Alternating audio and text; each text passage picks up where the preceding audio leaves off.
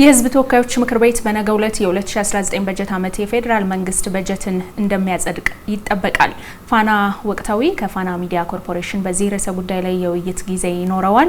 እንደምን ቆይታችኋል ክቡራን ተመልካቾች? 2.34 ትሪሊዮን ብር ሆኖ የቀረበው የ2019 በጀት ዓመት ረቂቅ የተለያዩ የበጀት አርዕስቶችን በውስጡ ይዟል። ይሄ ረቂቅ ለመሆኑ ከቁጥር ባሻገር እንዴት ይታያል የሚለውን በቆይታችን እንመለከታለን። ውብርስ ተሰማ ውይይቱን እመራለሁ። የውይይቱ ተሳታፊ ሆነው ደግሞ እዚህ ባልደረቦቼ ይድነቃቸው ኃይለ ማርያም እና አፈወርቅ እያዩ ይገኛሉ። እንኳን ደህና መጣችሁ። እንኳን ደህና ቆያችሁ። ክቡራን ተመልካቾች እንግዲህ አብራችሁ እንድትቆዩ እያጋበዝናችሁ በቀጥታ ወደ ውይይታችን እናልፋለን። እንግዲህ የ2019 ረቂቅ በጀት በነገው ዕለት ቀደም ሲል እንደጠቀስኩት እንደሚጸድቅ ይጠበቃል። ይሄ ቁጥር ከባለፈው ዓመትም ሲነጻጸር እንግዲህ በከፍተኛ እድገትን ያለበት ጭማሪ ያሳየ የበጀት ረቂቅ መሆኑ ይታወቃል። ከዚህ ጋር በተገናኘ በዚህ ልክ ትልቅ ቁጥር ያለው በጀትን ለማጽደቅ እንደ ሀገር ኢትዮጵያ ስትዘጋጅ ይሄ ቁጥር ከጀርባው ምን ኢኮኖሚያዊ አንድምታዎች አሉት የሚለውን መፈተሽ አስፈላጊ ሆኖ አግኝተነዋል ማለት ነው። ስለዚህ ይሄ በጀት ቀደም ሲል እንደጠቀስኩት ብልጫ አለው። የባለፈው እንደምታስታውሱት 1.92 ትሪሊዮን ነበረ ማሻሻያውን ጨምሮ። ይሄ ደግሞ በመቶኛ እድገቱን ስናየው የ21.3 በመቶ እድገትም ያለበት ነው። አፈወርቅ ካንተ ልጀምርና እንግዲህ በጠቀስነው መልኩ የሀገር አመታዊ በጀት እያደገ መሄዱ ከቁጥር ባሻገር ምንን ይነግረናል፣ ምን ያመላክታል የሚለውን በማየት እንጀምር። አመሰግናለሁ ብርስ። እንግዲህ አለፍ ብለን ቁጥሮችን እንናገር። የ2011 ያ ማለት የለውጡ ጊዜ የኢትዮጵያ በጀት ወደ 346.9 ቢሊዮን ብር ነበረ። ከዛ አለፍ ብሎ እንኳን በሁለቱ መሀል ያለውን ብንወስድ 2015 786.6 ቢሊዮን ብር ነበር። አሁን የ2.34 ትሪሊዮን የረቂቅ በጀት ነው የቀረበው። ይህንን ቁጥር እንያዝና ከቀደመው ያ ማለት 2011 ከነበረው ጋር ብናወዳድረው የ574 በመቶ አድጓል። ይሄ እንግዲህ በጣም ብዙ ጥፍ ማለት ነው ያደገው። ትሪሊየኑን የደፈር ነው ባለፈው አመት ነበር ትሪሊየን ሚል ቁጥር ውስጥ የገባ ነው። ከዛ በኋላ ግን ሁለተኛው ትልቁ እንደማለት ነው። ሁለተኛው ትልቁ ይሆናል የ2.34። ይህ ከቁጥር ባሻገር አንቺ እንዳልሽው ሊታይ የሚችል ነው። እንደምታስታውሹ በ2011 እና በ2018 አሁን ያለንበት ማለት ነው የ2019 ረቂቅ ውስጥ ያሉ ትልልቅ ሀገራዊ ሁነቶች አሉ ይመስለኛል። የመጀመሪያው ሀገር በቀል ኢኮኖሚ ሪፎርሞችን ኢትዮጵያ ስታካሄድ ቆይታለች። ከዚህም በተጨማሪ በሙሉ አቅም የተተገበረው የኢኮኖሚ ሪፎርም በተለይም በበርካታ የኢኮኖሚ ውሳኔዎች እየታየ ነበረ። እሱን ተከትሎ የመጡ ደግሞ ለውጦች ነበሩ። ጠቅላይ ሚኒስትር አብይ አህመድ በቅርቡ በነበራቸው ቆይታ እንደተናገሩት 10.2 በመቶ የሚደርስ አጠቃላይ የምርት እድገት በዚህ አመት ይጠበቃል። እነዚህ ደግሞ መንግስታዊ ወጪዎችና የመንግስትን በጀት ያሳድጋሉ። በጀት ሲያድግ ምን ማለት ነው የሚለውን ግን ማየት ያለብን ይመስለኛል። እንግዲህ ባለፉት ጊዜያት በኢኮኖሚ ሪፎርሙን ተከትሎ ከተሰሩ ስራዎች መካከል የሀገር ውስጥ ገቢ ማሳደግና አንደኛው ነበረ። ከዚህ በተጨማሪ የልማት ፍላጎቶች በየአካባቢው መጨመራቸው፣ እሱን ተከትሎ ደግሞ የኢኮኖሚ ሪፎርም እየገባንበት በኢኮኖሚ ሪፎርሞች ደግሞ ወደ ውጤት የተሸጋገርንበት ጊዜ ነበረ። ኢትዮጵያ ግዙፍ ፕሮጀክቶችን ጀማምራለች። የማዳበሪያ ፋብሪካዎች፣ የአየር ማረፊያን ጨምሮ በጣም በርካታ የተጀማመሩ ስራዎች አሉ። እነዚህ ሁሉ መዋቅራዊ ለውጦች፣ እነዚህ ሁሉ በተለይ በኢኮኖሚው ላይ የተደረጉ ለውጦች ደግሞ የኢትዮጵያን በጀት ወደ 2.34 አስገብተውታል። በዚህ ውስጥ እንግዲህ ለዜጎች ሊተረጎሙ የሚችሉ በጣም በርካታ ትርጉም ያላቸው የካፒታል ፕሮጀክቶችና ሌሎችን እናነሳለን። በጥቅሉ ግን 2.34 ትሪሊየን ስንል ኢትዮጵያ በታሪኳ ከፍተኛው ማለታችን ነው። 2.34 ትሪሊየን ስንል ኢትዮጵያ የልማት ፍላጎቶቿን ደግሞ የማንሰራራት ብላ እንዳወጀች ወደ ማንሰራራት የመሻገርም ነው። 2.34 ስንል ዜጎች ለሚያነሷቸው ብዙ ጥያቄዎች መልስ ለመስጠት የታቀደ እቅድ ነው። 2.34 ትሪሊየን ስንል ምናልባትም ኢትዮጵያ የመንገድ ትልሟን ነገ መዳረሻ ያሰበችውን እንድትሄድ መሰረት የሚጥልላት ነው። ኢኮኖሚ ትርጓሜውን እንግዲህ በርከት ያሉ አርገን ማንሳት እንችላለን። እንመለስበት መሰለኝ። በጣም ጥሩ። እንግዲህ አንተም ቀደም ሲልም እንዳነሳው ይሄ በጀት ሲበጀት እንደ ዋነኛ ከቀረቡ ምክንያቶች ውስጥ ይሄ በኢኮኖሚ ሪፎርም የተጀመረው ስራ አጠናክሮ ለመቀጠል የሚለው ነገር ይገኝበታልና ከዚህ አንጻር የተጀመሩ ስራዎችን ደጋፊ ሆነው በጀቱ ለታለመለት አላማ ከመዋል እንደዚሁም ደግሞ በጥቅሉ የተመደበው የዚህ የ2019 በጀት ዓመት የፌደራል መንግስት በጀት አበርክቶ ምን ሊሆን ይችላል፣ በተለይ ከተያዙት እቅዶችን ከማሳካት አንጻር የሚለውን እንመልከተው። ይድነኝ ኢትዮጵያ እንግዲህ እያየን ነው ወደ ማንሰራራት የሚለውን ኢትዮጵያ ባለፉት አመታት በሶስት ምዕራፎች ሊተገበሩ የሚችሉ በሶስት ምዕራፎች ኢትዮጵያን ወደፊት ሊያሸጋግሩ የሚችሉና ኢትዮጵያ ከታለመችበት ምናልባትም ወደ ነበረችበት ገናና መሆኗ ሀገር ለመውሰድ ሶስት አበይት ጉዳዮች ተቀምጦላት እየተሸጋገረች ነው ያለችው። አንድ አፈወርቅ ያነሳው የ2018 የጀመረው የማንሰራራት ዘመን መነሻ የሆኑ ብዙ ፕሮጀክቶችን አንሰናል። ቀደም 2018 የማንሰራራት ዘመን ነው። 2019 ደግሞ የማንሰራራት ዘመን ጣይ ማሳያ የሆኑ ትላልቅ ፕሮጀክቶች የሚፈጸሙበት አመት ነው። ከዛም በኋላ 2023 እንደ ኢትዮጵያ ቀመር አቆጣጠር ማለት ነው ኢትዮጵያ የአፍሪካ የብልጽግና ተምሳሌት እናረጋታለን ተብሎ የተያዙ ብዙ ትልሞች አሉ። ከዛም በኋላ እስከ 2040 እና ከዛም በኋላ ያሉት ደግሞ በዓለም አቀፍ ደረጃ ኢትዮጵያ ገናና የሆነች ሀገር ምናልባትም እንደ ዓለም ግዙፍ ኢኮኖሚ ያስመዘገቡ ሀገራት 20 ካሉ ከ20 ውስጥ መመዝገብ፣ 10 ካሉ ከ10 ውስጥ መመዝገብ፣ 5ም ከሆኑ 5 ውስጥ ኢትዮጵያ መግባት አለበት ተብሎ የተያዙ ትልሞች አሉ። እንግዲህ እነዛን ትልሞች ሊያሳዩ የሚችሉ ምን ተጀምሯል፣ የ2019 በጀት ዓመትስ ያንን ከመደገፍ አንጻርስ ምን አበርክቶ ሊኖር ይችላል የሚለውን በደንብ ማንሳት እንችላለን። 2018 እንግዲህ በኢትዮጵያ ታሪክ ምናልባት ከተያዙት ትላልቅ ፕሮጀክቶች አንጻር ስናያቸው ትንሽ ባንላቸውም የኮሪደር ልማቶችን ብናነሳቸው እንኳን ከዛ የተሻገሩ ግን ትላልቅ የተባሉ ትላልቅ እንደ ሀገር የተያዙ ትልሞች ሊኖሩ ይችላሉ። የዜጎችን ተጠቃሚነት ሊያረጋግጡ የሚችሉ ትላልቅ ፕሮጀክቶች አሉ። ክቡር ጠቅላይ ሚኒስትር ዶክተር አብይ አህመድ እንዳነሱትም እነዚህ ፕሮጀክቶች የኢትዮጵያን ገጽ ሊቀይሩ የሚችሉ የኢትዮጵያን ስም የኢትዮጵያን ገናናነት ሊገነቡ የሚችሉ ፕሮጀክቶች ተብሎ የተነሱ ትላልቅ የማዳበሪያ ፋብሪካዎችን ልናነሳቸው እንችላለን። የማዳበሪያ ፋብሪካ እንግዲህ ባለፉት አመታት በምን ያህል ደረጃ ኢትዮጵያ በቢሊዮን የሚቆጠሩ ዶላሮችን እያወጣች እያስገባች እንዳለ እናያለን። እነዛ ነገሮችስ ምን ይዘው ሲመጡ እንደነበረ የፖለቲካ እጅ ጥምዘዛዎችን ይዘው ሲመጡ እንደነበረ በደንብ እናስታውሳለን። ከዛ ጋር ተያይዞ የተፈጥሮ ጋዝ ማጣሪያዎችን አሁንም እየተሰሩ ያሉት ፕሮጀክቶች ትላልቆች አሉ።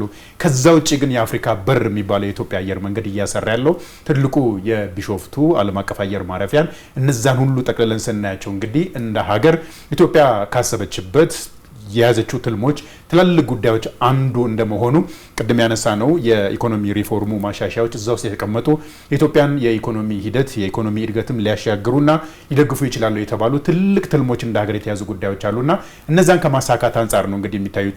እነዛ እንግዲህ በጣም ግዙፍ ፕሮጀክቶች የምንላቸው የሀገርን ገጽታ ብቻም ሳይሆን ምናልባትም ኢትዮጵያ ከአፍሪካ ቀድም ካላት ስም አንጻር ያንን ገናናነት ሊደግፉ የሚችሉ ትላልቅ ፕሮጀክቶች ናቸው። ከዛ ወደዚህ ስንመለስ ግን የዜጎችን ተጠቃሚነት በምን ደረጃ ሊያሻጋግር ይችላል፣ በምን ደረጃ ሊደግፍ ይችላል ብለን ስናነሳ የኢትዮጵያም እነዛን ስናያቸው ሀገር ማለት ሰው እንደመሆኑ እነዛ ፕሮጀክቶች መጨረሻቸውም ኢትዮጵያውያን ዜጎች እንደመሆናቸው አንጻር እዛ ውስጥ ብዙ ነገሮችን ማንሳት እንችላለን። እንመለስበታለን። ይሄን እሱን በተለይም ይሄ በጀት በዜጎች ስናየው እንዴት ነው የሚሆነው የሚለውን ወይም ደግሞ አንድምታው ምንድነው የሚሆነው የሚለውን እንመለከታለን። እዚሁ ሀሳብ ላይ እንቆይና አፈወርቅ ረቂቅ በጀቱ እንግዲህ ቀደም ሲል እንዳነሳ ነው ከዚህ ቀደም የተጀመሩ በኢኮኖሚ ውስጥ የተለያዩ የልማት ፕሮግራሞችን በማጠናከር የተነሱትም ደግሞ አዳዲስ በጣም ትልልቅ የሚባሉ ሜጋ ፕሮጀክቶች አሉ። እነሱን በማጠናከር ለመቀጠልን ታሳቢ ያደረገ ነው። ከዛ ባለፈ ደግሞ የ10 አመቱ የመሪ የልማት እቅድም እንደዚሁ አካል ሆኖ የቀረበ ነው። ስለዚህ አጠቃላይ ሁለንተናዊ የሆነውን የዚህን ሀገር ኢኮኖሚያዊ ግስጋሴ በተጀመረው መንገድ ከማስቀጠል አንጻር የሚኖረው ሚና በተለይም ከትልቅነቱ አንጻር በጀቱ ለመጀመሪያ ጊዜ ትልቅ ቁጥር ሆኖ የተመዘገበ እንደመሆኑ ከዛ አንጻር እንዴት ማየት ይቻላል? የበጀት ድልድሉን ክፍልፋዮች ብናይ ምናልባት በዛ ውስጥ የሚመልስ ይመስለኛል ይህን ጥያቄ። ለምሳሌ መደበኛ በጀት የሚባለው ወደ 1.23 ትሪሊዮን ገደማ የሚይዝ ነው። እንግዲህ መደበኛ ወጪዎች የሚባሉት የመንግስት ሰራተኞች ደሞዝን፣ መንግስታዊ ወጪዎችንና የማህበራዊ ድጋፍን የሚመለከቱ ናቸው። እንግዲህ ማህበራዊ ድጋፍ ማለት መንግስት ባለፉት ጊዜያት ለተለያዩ ሸቀጦች ለተለያዩ ግብአቶች ድጎማዎች እንደሚያደርግ ይታወቃል። ይህን ለዚህ ድጋፍ እንዲሁ ለሰራተኞችና ለሌሎች የሚውሉ ናቸው። የካፒታል ወጪውን ወደ 568.2 ቢሊዮን ይደርሳል። ይህ ምናልባት በመቶኛ ስናሰላው 24.3 በመቶ ማለት ነው። የካፒታል በጀት ማለት እንግዲህ የተለያዩ መሰረተ ልማቶች፣ መንገዶች፣ የተጀመሩ ትልልቅ የተለያዩ ብሔራዊ ልማት ፕሮጀክቶችን የሚመለከት ነው። ለምሳሌ የኢኮኖሚ አቅም ግንባታን የሚጨምር ነው። የትልልቅ ብሔራዊ ፕሮጀክቶቻችን ማለት እንደምታስታውሱት ሁለታችሁም ባለፉት ጊዜያት የማዳበሪያ ፋብሪካን፣ የጋዝ ማውጫ፣ የተፈጥሮ ጋዝ ማውጫን ጨምሮ ኢትዮጵያ በተለያዩ የኢትዮጵያ ማዕዘናት የጀመረቻቸው ብሔራዊ ግዙፍ ፕሮጀክቶች አሉ። እነዚህ ፕሮጀክት ብቻ አይደሉም። ኢትዮጵያ በተደጋጋሚ የኢኮኖሚ ሉዓላዊነትን የማድረግ አቅም መጨመርን ማንሰራራትን ስታነሳ እነዚህ ለነገ ትልሟ የሚያግዟት ናቸው። እድገት ዝም ብሎ የሚመጣ ሳይሆን በእነዚህ እውን መሆን በእነዚህ ተግባራዊነት መሆን ላይ የተመሰረተ ነው። እሱ ብቻ ግን አይደለም። እነዚህ ትልልቅ ግዙፍ ፕሮጀክቶች ሰራተኞችን ኢትዮጵያንን ቀጥሮ የሚያሰሩ ናቸው። በኢትዮጵያን የእውቀት ሽግግር እንዲኖር የሚያደርጉ ናቸው። ኢትዮጵያን አዲስ እውቀትና ልምድ እንዲቀስሙ የሚያደርጉ ናቸው። ኢትዮጵያ አችልም ከመባል ወደ መቻል ትምህርትነት የሚሄዱ ናቸው። እንደምታስተውሱት ዓለማችን በተለያዩ ጦርነቶች ውስጥ አልፋለች። ለምሳሌ የሩሲያ ዩክሬን በግብርና ግብዓት ላይ ያመጣው መፋለስ እናውቃለን። የመካከለኛው ምስራቅ የኢራን ጦርነት በዓለማችን ላይ ምን ያህል ተጽዕኖ እንዳደረሰ እናውቃለን። አሁን ዓለም ወደ አንድ መንደር መታለች። አንዱ ህመም ለሌላው የሚሰማው ነው። በዛ ውስጥ ግን ራሳቸውን ያዘጋጁ ራሳቸውን በውድድር ውስጥ ያሸነፉ ሀገራት ደግሞ ሰርቫይቭ ሲያደርጉ ሲያንሰራሩ እናያለን እና ለዚህ መሰረት የሚጥሉ ሆነው እናገኛቸዋለን። ሌላው መነሳት ያለበት ውብርስት የክልሎችን ጉዳይ የተመለከተ ነው። ከለውጡ በፊት በክልሎች መካከል ያልተመጣጠነ እድገትና ተጠቃሚነት አለ የሚል አጋርና ሌላው ደጋፊ ተብሎ የሚጠቀሱ ነበሩ። ይህንን ለማስተካከል እንግዲህ የክልሎች የፋይናንስ ቀመር በተደጋጋሚ ሲከለስ ቆይቷል። በፌዴሬሽን ምክር ቤት ሲከለስ ቆይቷል። በዚህ ዓመት 520.6 ቢሊዮን ብር ለክልሎች ድጋፍ ይደረጋል። ይህ 22.2 በመቶ የሚይዝና ካለፈው ዓመት ጋር ሲነጻጸር ከ30 በመቶ በላይ እድገት ያለው ነው። ምን ማለት ነው? ክልሎች የተለያዩ የልማት ጥያቄዎች አሉ። በክልሎች ነዋሪዎች በዜጎች የሚጠየቁ እነዚህ ክልሎች በመዋቅራቸው ህብረተሰቡን ታች ያለውን የሚደርሱ ናቸው። የተለያዩ ጥያቄዎች አሉ። እነዚህን ጥያቄዎች ለመመለስ ገንዘብ ያስፈልጋቸዋል። 560.2 ቢሊዮን በጀት የፌዴራል መንግስቱ ለክልሎች በመደጎም ወደ አጠቃላይ በጀቱ ሶስተኛውን ደረጃ የሚይዝ ነው። በከፍተኛነት ሶስተኛውን ደረጃ የሚይዝ ነው። እንግዲህ በጣም ከፍተኛ ስራዎች እንዲሰራበት የሚጠበቅ ነው። ምን ማለት ነው? ማህበረሰቡ በክልል አስተዳደሮች ራስን በራስ ማስተዳደር ሲባል የፋይናንስ ጉዳይ አብሮ ይነሳል። በክልሎች ውስጥ የተመጣጠነ እድገት ሊኖር ይገባል። አንዱ ክልል ልዩ ተጠቃሚ ሆኖ አንዱ ክልል ተጎጂ አይነት ስሪቶች እንዳይኖሩ ይሄ እንግዲህ ሄደን ለሀገር ግንባታም ትርጉም ያለው ሆኖ እናገኘዋለን። 22.2 በመቶ የሚሆነውን በጀት ይዟል። እነዚህ ሁሉ ክፍልፋዮች ግን የሚነግሩን ኢትዮጵያ ማንሰራራት ትፈልጋለች፣ የኢኮኖሚ ሉዓላዊነቷን ማረጋገጥ ትፈልጋለች። የነዚህ በጀት ምንጮችን ደግሞ ስናይ አብዛኛው በሀገር ውስጥ በጀት እዚህ ጋር አያይዘህ እንድታነሳው ቀጥሎ ላነሳው ያሰብኩታል። ይሄ ሁሉ በተለይም የኢኮኖሚ ሉዓላዊነት ከሚለው ጽንሰ ሀሳብ ጋር የሚገናኘው ኢኮኖሚያዊ እድገትን የሀገር ማረጋገጥ አለበት ወደሚለው ድምዳሜና ሀገራዊ ትኩረት ሲገባ በተለይም የራስ አቅምን ወደ መመልከት ወደሚለውም እንደዚሁ ጎን ለጎን ትልቅ ትኩረት የተሰጠው ነገር ነው። እንደምናውቀው ለተለያዩ የልማት ግቦች ማስፈጸሚያ የሚሆኑ የልማት ፋይናንስ ፈሰሶች ከውጭ የሚመጡትን በተለያየ ሁኔታ አሰራራቸውን በአጋርነት የሚሰሩት እንዳሉ ሆነው ይህ ሀገር ለረጅም ጊዜ በተለይ ካፒታል ኢንቨስትመንቶችን ሲያከናውን የቆየው ከውጭ በሚደረጉ ብድሮች ነው። ከፍተኛ ብድሮች ከፍተኛ ወለድ ባላቸው እነዚህ ደግሞ ተከማችተው ኢኮኖሚው ላይ ምን ያህል ጫና ፈጥረው እንደቆዩ ይታወቃል። ስለዚህ የኢኮኖሚ ማሻሻያው አንደኛው ትኩረቱ የነበረው ይሄንን የብድር ጫና በተገቢው ማስተዳደር እንዲቻል ከዚህ ወዲህ ያሉትን የብድር ሁኔታዎች መቆጣጠር ማስተዳደር የሚለው ውሳኔ መሆኑ ይታወቃል። ስለዚህ ይሄ ውሳኔ ያም ማለት በግልጽ ለማስቀመጥ የተራዘሙ በተለይም ንግድ ብድሮችን ማስቀረት የሚለው ውሳኔ ያለበት መሆኑ ይታወቃል። ስለዚህ እንደዚህ አይነት የተለያዩ የኢኮኖሚው ላይ ያሉ የተለያዩ ሁኔታዎችን መቆጣጠር ማስተካከል የሚሉ ውሳኔዎች ባሉበት እንደዚሁም ደግሞ በራስ አቅም የሚለው ነጥብ ባለበት ይሄን ያህል በጀት ደግሞ ሲመጣ ቅድም እንዳነሳኸው ምንጮቹ የቱ ነው የሚለው ወደ ራስ አቅም የሚለውን የሚያመጣ ስለሆነ ከዚህ አንጻርስ የሚኖረው አንድምታ ምንድን ነው? የውጭ ልማት ፈሰሶች በዚህ ያህል በቀሩበት መጠን በልዩነት የሚነሳ ሀሳብ ይመስለኛል እየቀነሰ ሄዷል በእጅጉ። በነገሮች ላይ ኮመርሻል ሎን የሚለውን ምንም ማንቆለጳጳስ አያስፈልግም። አራጣ ማለት ነው። ኢትዮጵያ ከለውጡ ወለዱ በጣም ከፍተኛ ነበር። ባለፈው ዓመታት ኢትዮጵያንም ከጎዱ ትልቅ ኢኮኖሚ ስብራት ውስጥ እንድገባ ካረጉ ጉዳዮችም አንዱ ነበር።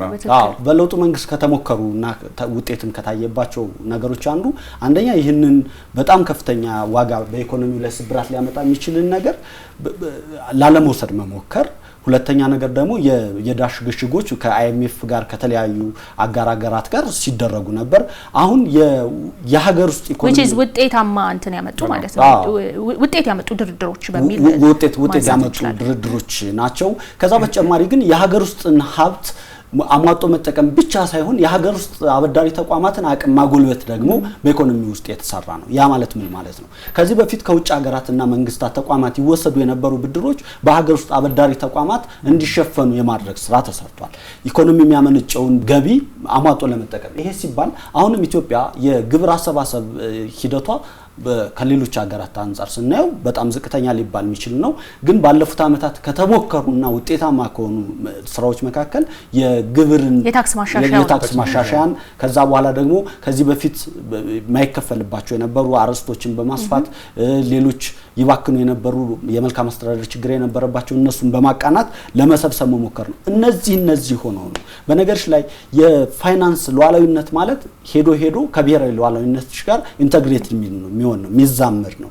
ያ ማለት እኔ በፋይናንስ ራሴን አልቻልኩም፣ እኔ ፍላጎቴን አላረካውም፣ የኢኮኖሚ ሉዓላዊነቴን አላስጠበቅኩም ማለት እኔ ሉዓላዊና ሀገር ነኝ ለማለት ነው። ብሔራዊ ጥቅምህ ላይ የምትደራደር ሀገር እንድትሆን ትገደዳለህ ማለት ነው። ይድነቅ ወደ አንተ ልምጣና በተለይ ቅድም የጀመርከውን ሀሳብ እናንሳው። ይህ በጀት ከዜጎች አንፃር እንዴት ይታያል? አንድምታው ዜጎች ጋር ከመድረስም አንፃር ሊሆን ይችላል። ከአጠቃላይ እዛ አካባቢ ካለው ሁኔታ አንፃር እንዴት ይታያል? በዜጎች አይን እንዴት ይታያል? እንዴትስ ማብራራት ይቻላል? ብዙ ሰዎች ሲያነሱት እንግዲህ የበጀትን ጉዳይ ከፖለቲካ ጋር የምናያይዘው ከመንግስት ስርዓት ጋር የምናያይዘው ነገር አለ በአብዛኛው። ግን ይሄ ጉዳይ እንዴት ወደ ህብረተሰቡ ወርዶ የዜጎችን ተጠቃሚነት ሲያረጋግጣል የሚለውን ነገር ለማየት ሁለተኛ ላይ ትልቅ የተባለውን የበጀት ክፍፍል አፈወርቅ ቅድም ያነሳው ሁለተኛ ላይ የሚታየው ካፒታል በጀቱ ነው። ከካፒታል በጀቱ ጋር ተያይዞ እንግዲህ ካፒታል ወጪውን ስናየው ካፒታል ወጪው በ2019 ላይ በጣም ትኩረት ይሰጥባቸዋል ከተባሉ በጣም ትላልቅ አቢት ጉዳዮች አሉ ከተብለው የተቀመጡ መሰረተ ልማት አለ። ትልቁ የኢትዮጵያውያን ቅድም አፈወርቅ አንስቶታል። ትልቁ የኢትዮጵያውያን ጥያቄ የመሰረተ ልማት ጥያቄ ነው። የመንገድ አለ፣ ብዙ ጥያቄዎች አሉ ውሃን ጨምሮ። የኢኮኖሚ ቅድም ስናነሳ የነበረ የኢኮኖሚ ማሻሻያውም ከዚህ በፊት ትልቅ ስብራት የነበረበት የመሰረተ ልማት ትልቁ ችግር ነው። ኢኮኖሚና መሰረተ ልማትን ማለያዩ መሰረተ ልማትና ኢኮኖሚን ማትለያያቸው ሁለት ጉዳዮች ከመሆናቸው አንፃር ትልቁ በጀት እንግዲህ እዚህ ላይ ነው። መሰረተ ልማት ሲሰራ ደግሞ ማን ነው የሚጠቀመው ብለን ስናይ ዜጎች እዛ ላይ ሊጠቀሙ ይችላሉ። ምክንያቱም የረጅም ጊዜ ጥያቄ ከመሆኑም አንፃር ሌላው ነገር በደንብ ልናይ የምንችለው ከዜጎች ጋር ተያይዞ የሰለጠነና የተማሪ የሰውን ኃይል ከማብቃት አንፃርም ለከፍተኛ ትምህርት ነባር ፕሮጀክቶችን እነሱ ማስፈጸሚያ የተያዙ በጀቶችን በትልቁ ማንሳት እንችላለን። ትልቁና ግን ቅድም ያነሳናቸው በጀቱ ምን ያህል ከሉዓላዊነት ጋር እንደሚገናኝ ማንሳት የምንችለው ትልቅ የካፒታል ወጪ ከፍተኛ ትኩረት ተሰጥቶባቸዋል ከሚባሉና የዜጎች ኪስ ውስጥ እንደሚገባ በደንብ ማረጋገጥ የሚቻለው የመስኖ ልማትን ማስፋፋት ትልቁ ጉዳይ ነው። ኢትዮጵያ በደንብ የምትተችበት ውሃ ያላት ሀገር፣ ሰፊ ያልታረሰ መሬት ያላት ሀገር፣ ነገር ግን በኢኮኖሚ በጣም ወደ ኋላ የቀረች ያንን ነገር ለማስቀረት ባለፉት አመታት የተሰሩ ስራዎች በተለይ በስንዴ ምርት የተሰሩ ስራዎች በአፍሪካም ብቻ ሳይሆን በዓለም አቀፍ ደረጃ ኢትዮጵያ እንደ ሀገርም ትልቅ እውቅናን ያገኘችበት ምርትን የማስፋት አንፃር በአመት ብቻ አንድ ጊዜ ጠበቀን ከምናመርት ይልቅ መስኖን ተጠቅመን በአመት ምናልባት አሁን ስንዴ ታውቆ በማይታመን ደረጃ በአመት 2-3 ማምረት የቻልንበት ትልቅ መሰረት የሆነው ይሄ የመስኖ ልማት ጉዳይ ነው። በመስኖ ልማት እንግዲህ ከዚህ በፊት ያልታሰቡ ክልሎችን አፋርን ማንሳት እንችላለን። አፋር እንግዲህ ትልቅ ሙቀት ያለበት ቦታ የዓለማችን በጣም ከፍተኛ ቦታ ከመሆኑ አንፃር ትልቅ ሞቃታማ ቦታ ነው። የማታስቢው ትልቅ ቮልካኖ ያለበት ቦታ ነው። እዛ አካባቢ ጭምር ስንዴን ማምረት የተቻለበት ቦታ ትልቁ መነሻ ምንድነው? የመስኖ ልማት ስራ ነው። ሌሎችም ቦታ በዚህ ደረጃ መሬት ጦሙን የሚያድርበት ሰፊ ቦታ እንዳላት ኢትዮጵያ ከመስኖ ልማት ጋር ተያይዘው የተሰሩ ስራዎች እነዛን ሁሉ ሊያሳኩ የሚችሉ ስራዎች ናቸው ተብሎ የሚጠበቀውና ስለዚህ 2019 የመደበው ቅድም ያነሳነው የ2.34 ትሪሊየን ብር ወደዚህ ሲመጣ የዜጎችን በምን ያህል ደረጃ ህይወት ሊቀይር እንደሚችል እነዛ ነገር ማንሳት እንችላለን። የመጠጧ ትልቁ የካፒታል ወጪ ትኩረት ነው ተብሎ ነው የተነሳውና እነዛን ሁሉ ስናነሳቸው እንግዲህ ውሃው ለሁሉም ጉዳይ መሰረት ነው ካል የዜጎች ጥያቄ ነው። ቅድም ካነሳናቸው ከመሰረተ ልማት አንፃር ብለን ካነሳን አይቀር ውሃ በምን ያህል ደረጃ ለዜጎች እንደሚያስፈልግ እናስባለን እና በ2019 ምናልባትም የኢትዮጵያ ዜጎች ኪስ ውስጥ ሊገባ ይችላል የሚባል በጀት በዚህ ደረጃ ልናየው እንችላለን። ቅድም አፈወርቅ ያነሳው ምናልባት መንግስትም ትኩረት ይሰጥበታል ተብሎ የተነሱ የዜጎችን ከኑሮ ከመቀየር አንፃር የተለያዩ ወጪዎችም ሊሆኑ ስለሚችሉ እነዚህን ሁሉም ጠቅልለን ስናያቸው በጣም ትላልቅ የሚመስሉ ምናልባትም የዜጎች ኪስ ውስጥ ሊገቡ የማይመስሉ ነገር ግን ያነሳናቸው የመሰረተ ልማቱንም የመስኖ ልማቱንም የመጠጥ ውሃውንም ስታስቢ በጀቱ ምን ያህል የዜጎች ኪስ ውስጥ ሊገባ እንደሚችል ይህንን ማንሳት ይቻላልና እዚህ ላይ የበጀት ጉዳይ ከዜጎች ህይወት ጋር ተነጥሎ የሚታይ አይመስለኝም በኔ እይታ። ለምን እንደዛ እንላለን? የመንግስታት ውሳኔዎች በእያንዳንዳችን ኪስ የሚመነዘሩ ሆኖ እናገኛቸዋለን። ለምሳሌ በመንግስት ውስጥ አንደኛው በመደበኛ በጀት ላይ ተገበራል ተብሎ የተነሳው በማህበራዊ ድጋፎች ይደረጋሉ ነው።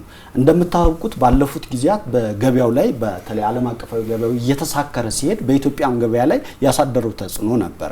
መንግስት ለምሳሌ በአጠቃላይ ፍጆታ ሸቀጦች ላይ እንደ ዘይት፣ ስኳር አይነት እንዲሁ በነዳጅ ላይ የሚያደርጋቸው ድጎማዎች አሉ።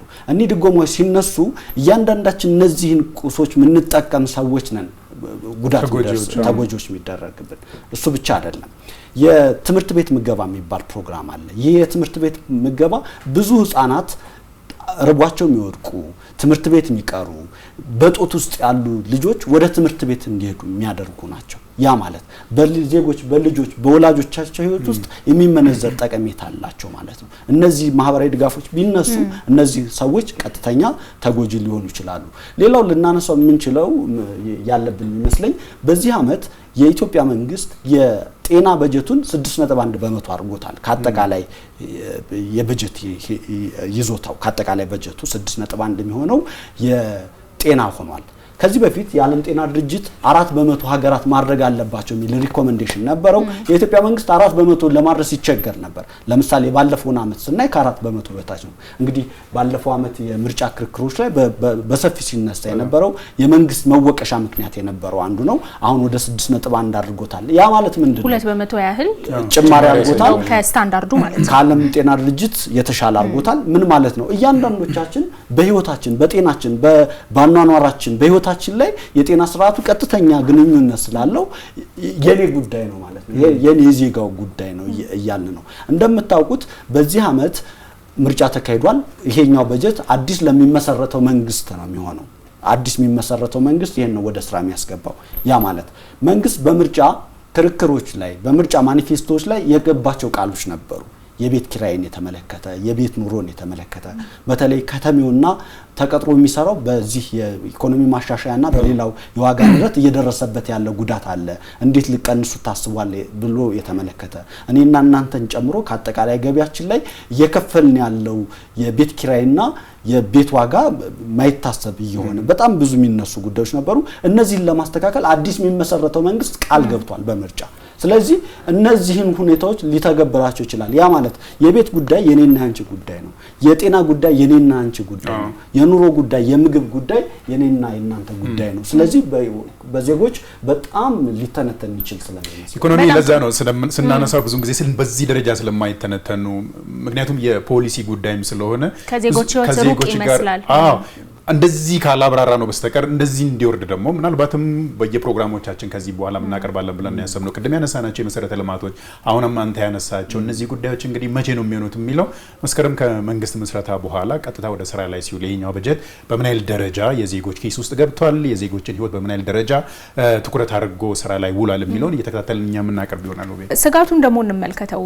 በዚሁ በተለይ እንግዲህ የአንድ ሀገር ኢኮኖሚ በጠቀስነው መልኩ በተለይ በጀቱ እያደገ መምጣት በጀት በየአመቱ በዚህን ያህል መጠን መጨመር ምን አይነት ኢኮኖሚያዊ ጫና ይዞ ሊመጣ ይችላል የሚለው መጠየቅ ያለበት ጉዳይ ነው። በዛው ልክ ደግሞ መንግስትስ ይሄንን ጫና ለመቀነስና ለመቆጣጠር ምን ማድረግ አለበት የሚለው መታሰብ አለበት። እንግዲህ ኢኮኖሚ ውስጥ መሰል የትልልቅ በጀቶች በአግባቡ ካልተስተዳደሩ ወይም ደግሞ በሚፈለገው መንገድ ካልተመሩ መስመር ስተው የራሳቸውን ኢኮኖሚያዊ ጫናም ሊያስከትሉ የሚችሉበት ሴናሪዮ እንዳለ ማንሳት ይቻላል። ይሄ ከራሱ የፊስካል ፖሊሲ ትግበራ ውጤታማ እንዳይሆን ጫና ከማሳደር እንደዚሁም ደግሞ የዋጋ ንረት ጉዳይ በዚህ አግባብ የሚነሱ ናቸውና ጫናው ምን ሊሆን ይችላል ይዞ ሊመጣ የሚችለው ይሄ ጫና ደግሞ በምን መልኩ መንግስት ሊቆጣጠረው ይገባል? ይድነ ጫናዎችን እንግዲህ በብዙ ነገር ማንሳት እንችላለን። ቅድም ይሄ በጀት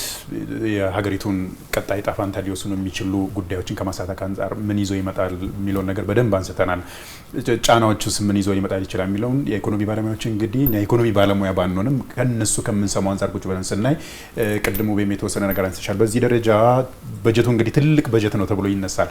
አንዳንድ ሰዎች ምናልባት በስተት ይረዱትና በጀት ተጨመረ ሲባል ቀጥታ ወደ ኢኮኖሚ የሚገባው ትልቅ በጀት ተጨመረ፣ አንዳንዶቹ እንዲያውም ከደሞዝ ጭማሪ ጋር እያይዘው እንትን የሚሉት ጉዳይ አለና ኢኮኖሚ ውስጥ በዚህ ደረጃ በጀት እያደገ ሲሄድ ብር እየገባ ሲሄድ የዋጋ ንረትን ሌላ ነገር ይዞ ሊመጣ ስለሚችል በዛ ጉዳይ ላይ የሚታዩ ጉዳዮች ሊኖሩ ይችላሉ።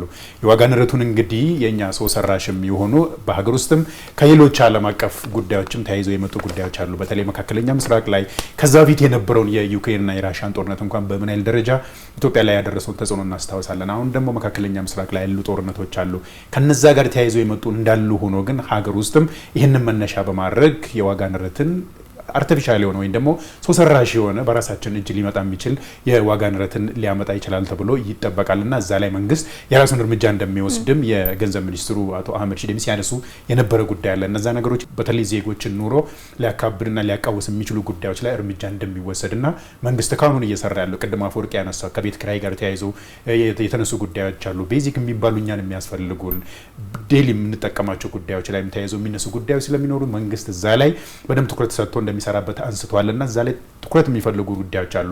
ከዛ ውጪ ግን የብዙ ሰዎችም ስጋት እኛም በየጊዜው እያነሳን ስንሄድ ይሄ በጀት የታለመለት አላማ አለው። ከአላማ ውጪ ሲሆን አንቺ መግቢያ ላይ እንዳነሳሽው ሌላ ነገር ውስጥ ሊገባ ስለሚችል አንዳንዴ ሊባክን ይችላል። የሚበጀተው በጀት አንዳንዶቹ የመንግስት ነው ሊሉ ይችላሉ። ያ በጀት ግን ከኔና ካንቺ ደሞዝ የሚወሰድ ከሀገር ሀብት ከህዝብ ሀብት ስለሆነ የተያዘው በጀት ቦታው ከታለመለት አላማ አንጻር ሊውል ይችላል ተብሎ የሚነሱ ስጋቶች አሉና እነዛ ነገሮች መቆጣጠር የመንግስትም ይሆናል።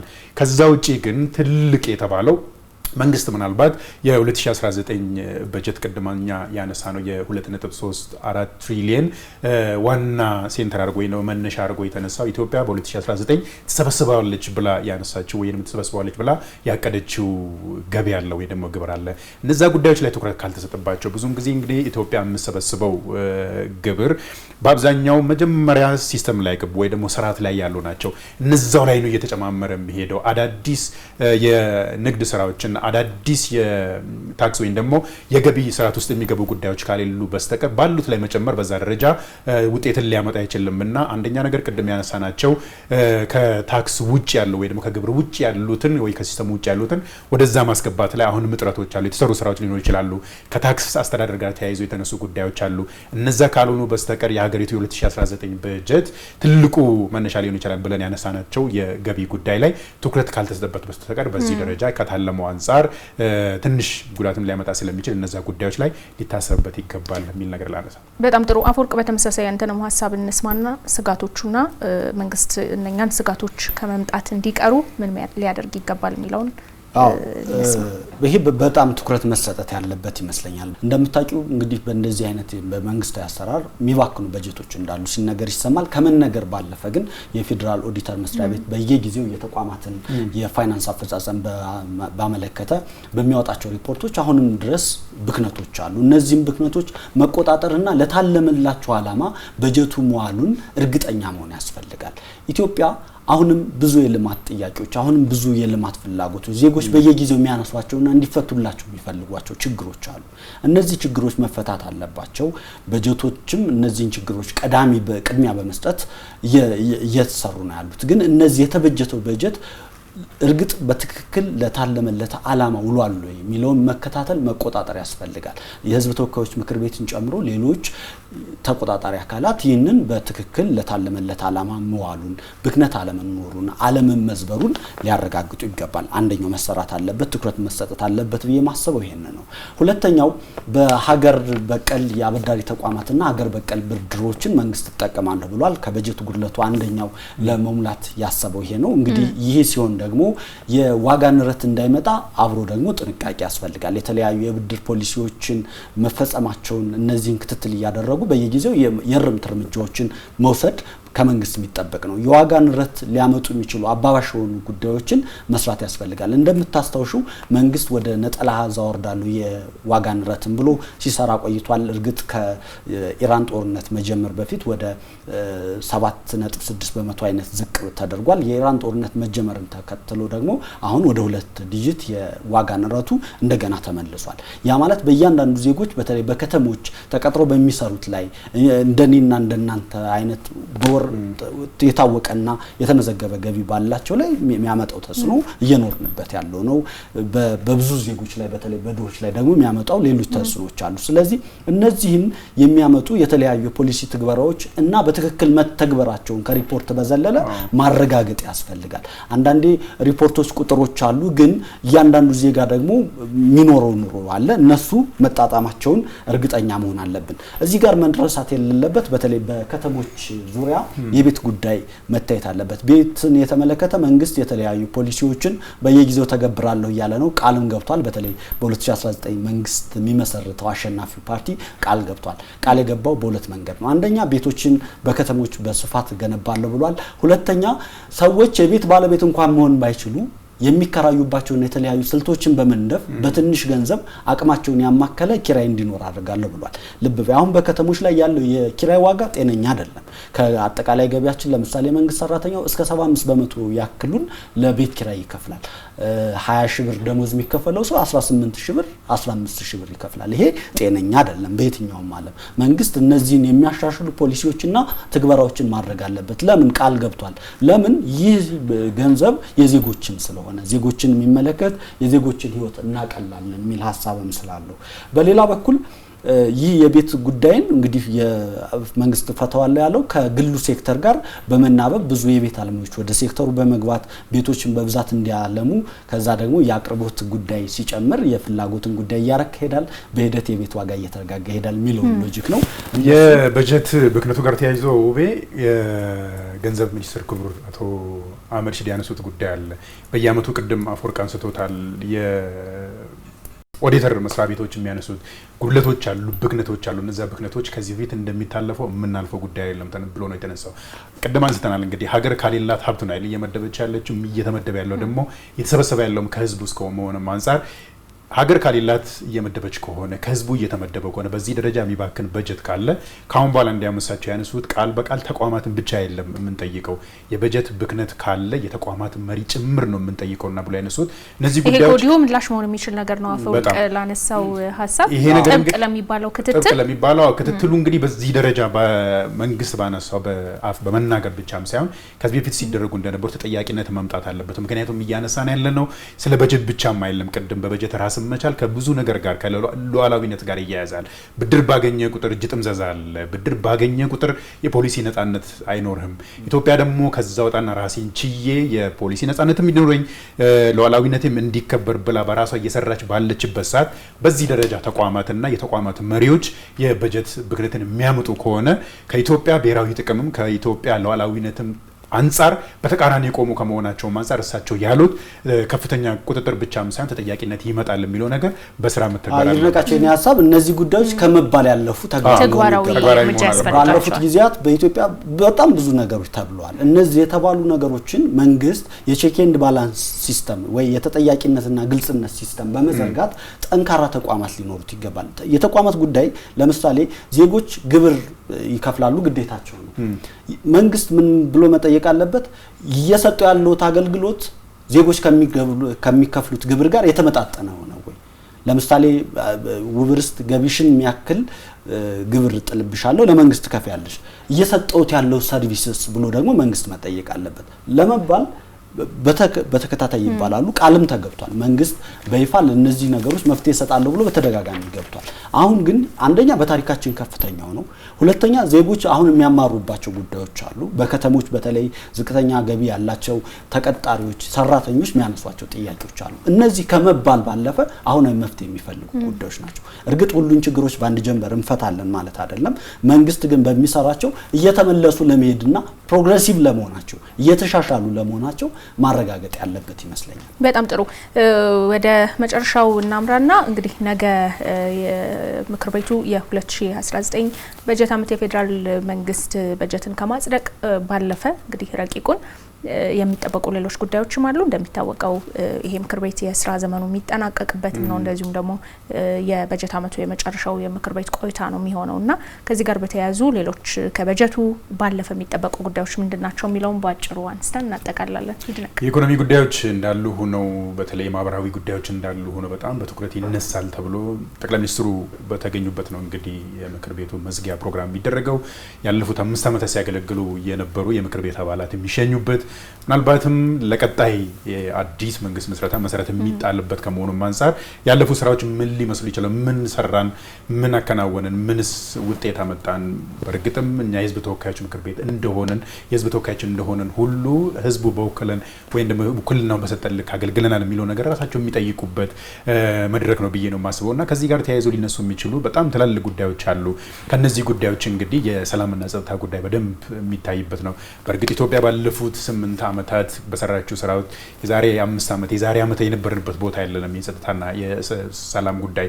አሁንም ግን ኢትዮጵያን ተጋላጭነት ሊጨምሩ የሚችሉ የኢትዮጵያን ለሶስተኛ አካል ምናልባትም ታሪካዊ ጠላቶች ብለን ለምንላቸው አካላት በር ሊከፍቱ የሚችሉ የጸጥታ ስጋቶች በኦሮሚያ ማንሳት እንችላለን በአማራም አሁን ደግሞ ጻባጫሪ ሆኖ የመጣው የዶክተር ደብረጽዮን ቡድን የህወሓትን እንቅስቃሴ በደንብ ልናይ እንችላለን ስለዚህ የሰላምና የጸጥታ ጉዳዮች ትኩረትን ይሻሉ ብዬ ነው ማነሳውና በተለይ እነዚህ አሁን ያነሳናቸው ሶስቱ ክልሎች ላይ ምናያቸው ጉዳዮች በዚህም እዛም ኮሽታ ምናያቸው ጉዳዮች ቅድም ያነሳነው 2019 የሚጠበቁ 2018 የሰራናቸው ትላልቅ ሀገራዊ ትልሞች እንዳይሳኩ እግር ሊጎትቱ ይችላሉ ሀገር በፈለገችበት ደረጃ በፈለገችበት ፍጥነት እንዳሮጥ ሊያደርጓት ስለሚችሉ እነዚህ ጉዳዮች ትኩረት ይሻሉ በምክር ቤት ላይ የሚነሳል ብዬ ነው ማስበውና ከዚህ ጋር ተያይዞ ደግሞ ሊነሳ የሚችል የዲፕሎማሲ ጉዳይ አለ በተለይ ኢትዮጵያ ከዲፕሎማሲ ጋር ተያይዞ ብዙ ነገሮችን ስታነሳ ነበር ወደ 2018 ስታነሳ የነበረው በተለይ ከብሔራዊ ጥቅም ጋር ተያይዞ ኢትዮጵያ ብሔራዊ ጥቅሜን ይወስናሉ መነሻና መዳረሻ ናቸው ብላ ያነሳናቸው የሁለቱ ውሃዎች ጉዳይ አንደኛውን ውሃ አሳክተናል አንደኛው ግን የባህር በር ጉዳይ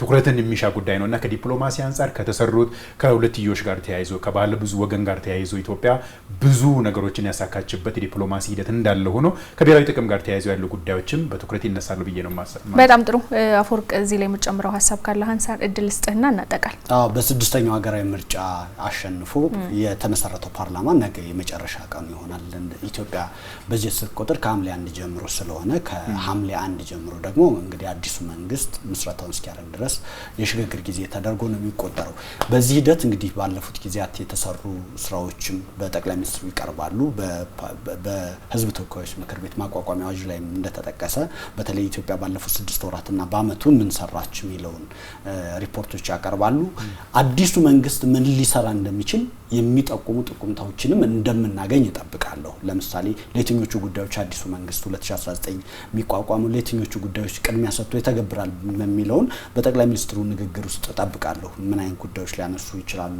የሚለውን አንደኛው እንግዲህ በጣም ተጠባቂው የሰላምና ደህንነት ጉዳይ በጠቅላይ ሚኒስትሩ ከፍተኛ ትኩረት ያገኛል ብዬ መጠብቀው ነው እኔ በግሌ ምክንያቱም ባለፉት ጊዜያት በዚህ በተናውጦ እና በተላውጦ ውስጥ ባለው የአፍሪካ ቀንድ ቀጠና ብዙ ተለውጦች አሉ ብዙ ኃይሎች ሽኩቻ እያደረጉ ነው ኢትዮጵያ ወደ ቀይ ባህር መመለስ ትፈልጋለች ኢትዮጵያ በአባይ ላይ ያላትን ጥቅም በዘላቂነት ማረጋገጥ ትፈልጋለች በእነዚህ ሁሉ ሂደቶች ውስጥ ደግሞ በዚህ አካባቢ እየመጣ ያለው የሀያላኑ ደግሞ ፉክክር አለ ይሄንን የተመለከተ ሀሳብ እንደሚያነሱ ገምታለሁ ግምትን ስትይ ሌላው ቅድም ስናነሳቸው በአንድም በሌላም የነበሩ የኢኮኖሚ ጉዳዮች አሁንም ዜጎች የሚያነሷቸው ነገሮች አሉ። መንግስት እርግጥ ባለፉት ጊዜያት ሲሰራቸው የነበሩ ማሻሻያ ስራዎች አሉ። ምን ውጤት አመጡ፣ ምንስ ይቀራል የሚለውን ጠቅላይ ሚኒስትሩ እንደሚያብራሩ ጠብቃለሁ።